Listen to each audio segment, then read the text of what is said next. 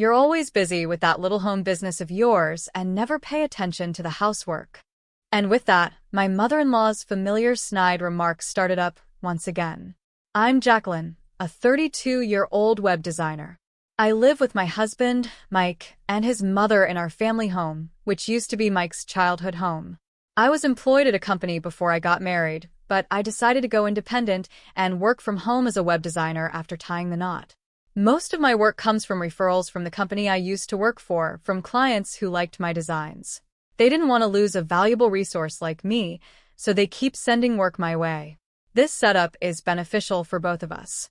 I save on commuting time, and I had also wanted to properly manage my household duties after marriage. Both my former employer and I are satisfied with this arrangement. However, my live-in mother-in-law doesn't seem to find it amusing that I'm working.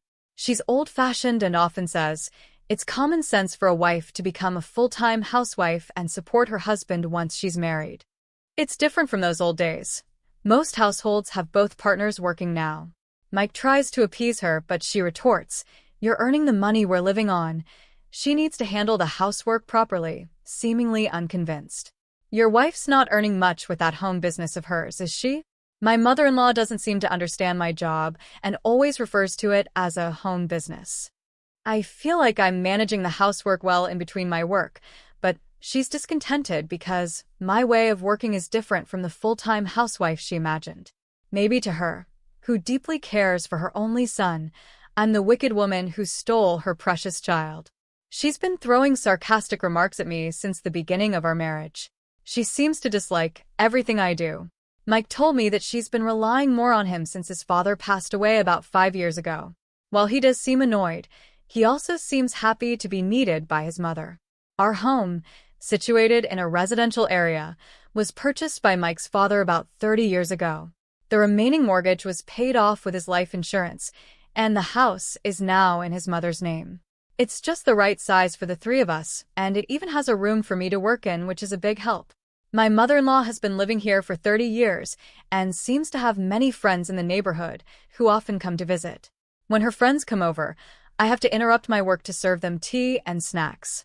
When these women of her age gather, they often start talking about the issues they have with their daughters-in-law. My daughter-in-law always runs back to her parents' house at the slightest issue. She's here only about half the year. My daughter-in-law spends money like water. My son is having a hard time. We even had debt collectors coming. It was terrible. Listening to these conversations from my workspace, I can't help but feel frustrated. They're always trying to outdo each other on how bad their daughters-in-law are.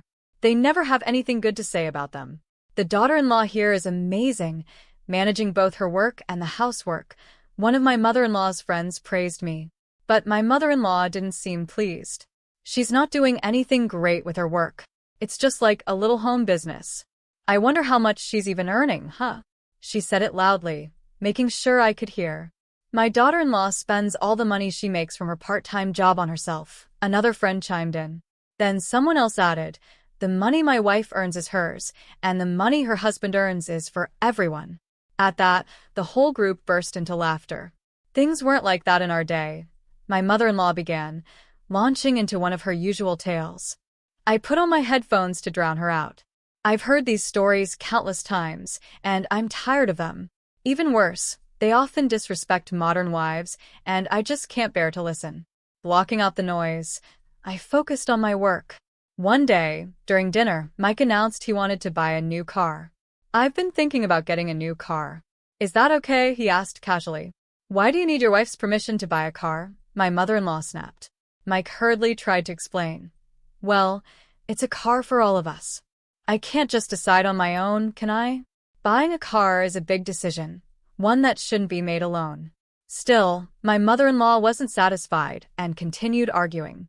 You're the only one with a driver's license, so you should buy whatever car you want. My poor husband, who usually does whatever his mother tells him to, looked at me helplessly. You can decide, I said, throwing him a lifeline. Don't constantly ask your wife's opinion. Just decide for yourself, my mother-in-law scolded. Mike always checks with me or his mother about everything. It's good that he's not selfish, but his indecisiveness can be frustrating. His father, my late father-in-law, was the type of man who decided everything on his own, and my mother-in-law often complained about it. Growing up, Mike witnessed these dynamics and believes it's wrong to be too assertive. On the other hand, my mother-in-law, who grew up with a domineering husband, thinks that's exactly how a husband should be.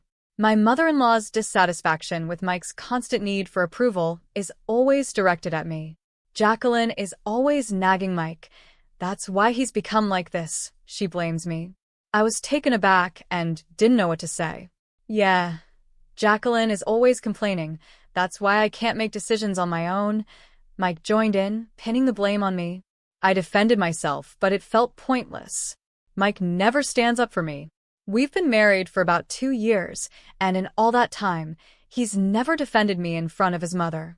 When she's not around, he apologizes, saying, "I'm sorry. You're really the most important person to me." But I can't trust him anymore. He initially seemed considerate, but I've realized he never truly stands by me. I'm starting to wonder if I need to reconsider our relationship. I'm starting to worry about whether I can keep living with Mike. There's a difference between kindness and indecisiveness, and I just wish he would stand up to his mother. About a month later, Jan's new car arrived. The smell of a new car is the best. "Let's all go for a drive on my next day off," he said gleefully. His excitement was contagious, and even my mother-in-law seemed happy. "That's a nice car. It must have been expensive, right? But it's okay since it's coming out of your salary, isn't it?" she asked. My husband didn't respond, too busy fiddling with the car's new features. I stood there, dumbfounded, looking at the expensive-looking vehicle. There's certainly a limit. Even though I had said he could get what he wanted. When he came inside, still in high spirits, I confronted him. "How much did that car cost?" $60,000, he answered nonchalantly. Seeing the shock on my face, he added, "But you said I could buy any car I wanted, didn't you?" My mother-in-law quickly took his side. "That's right. You left it up to Mike, so don't complain now." It was true. I had left it up to him, but I had expected him to consider our financial situation. "Where's that kind of money coming from?" I asked, ignoring her. "Well, I'm paying with a loan," he stammered. My mother-in-law shot back angrily. "Jacqueline, don't complain. You're not the one paying."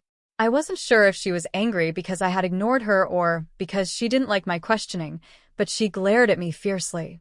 "You're a disagreeable daughter-in-law, always complaining about something, even though you're living off Mike's salary."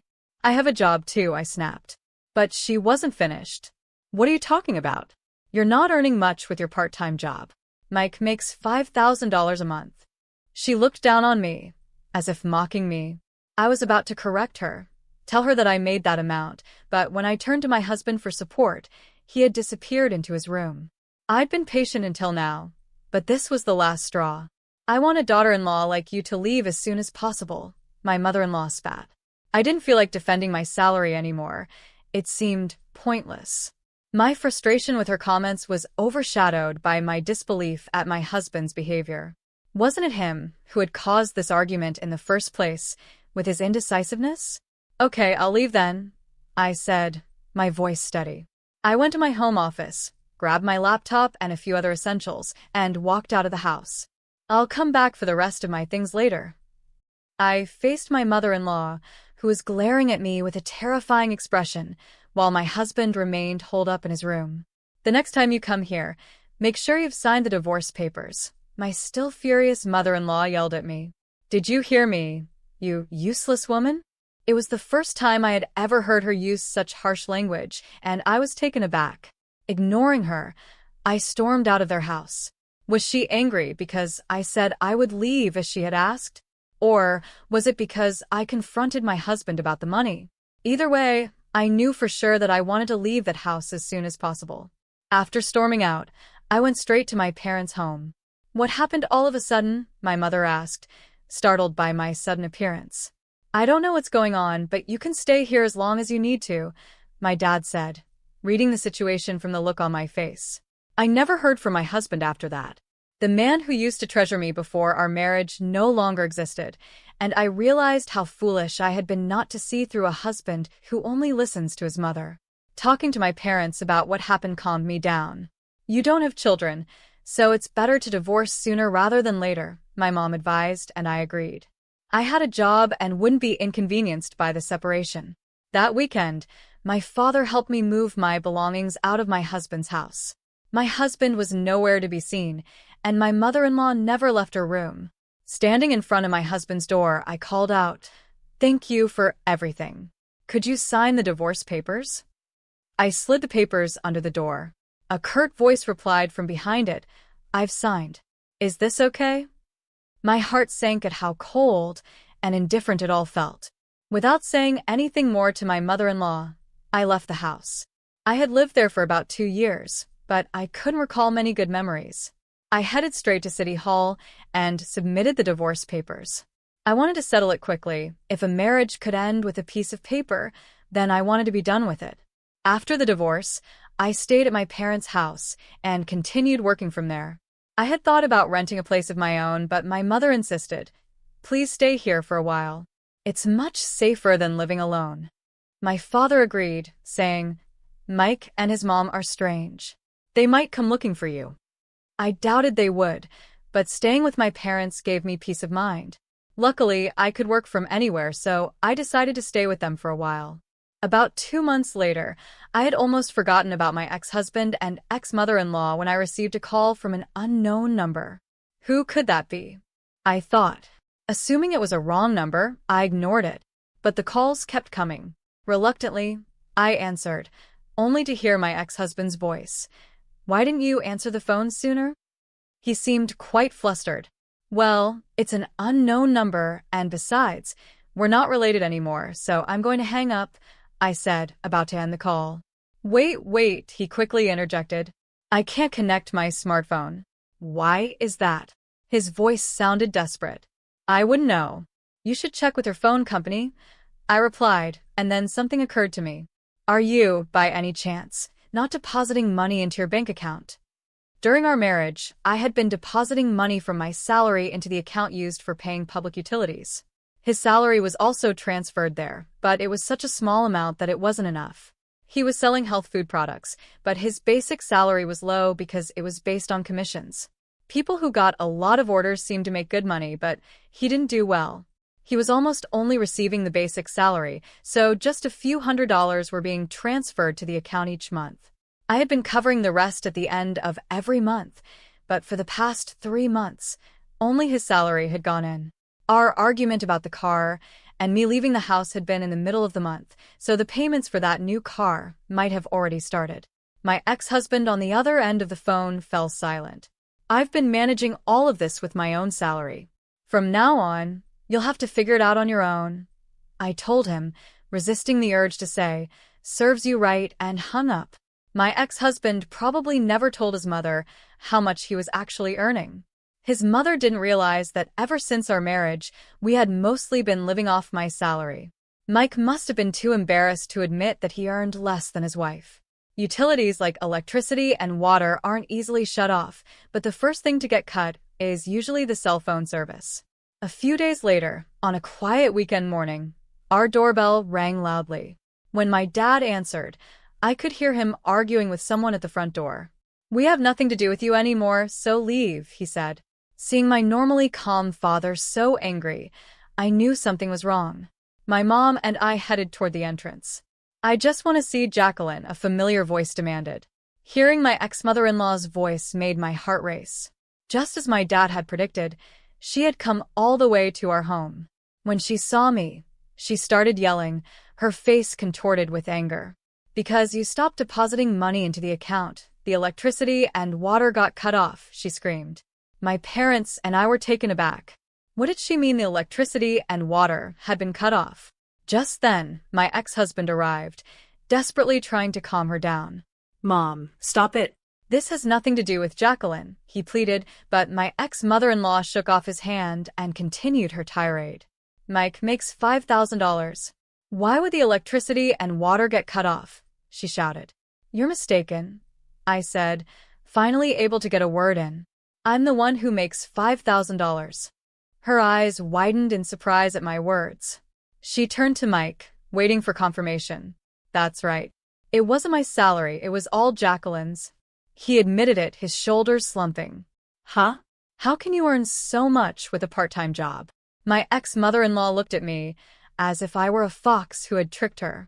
I've told you before, it's not a part-time job, it's a real job, I replied. The color drained from my ex-mother-in-law's face.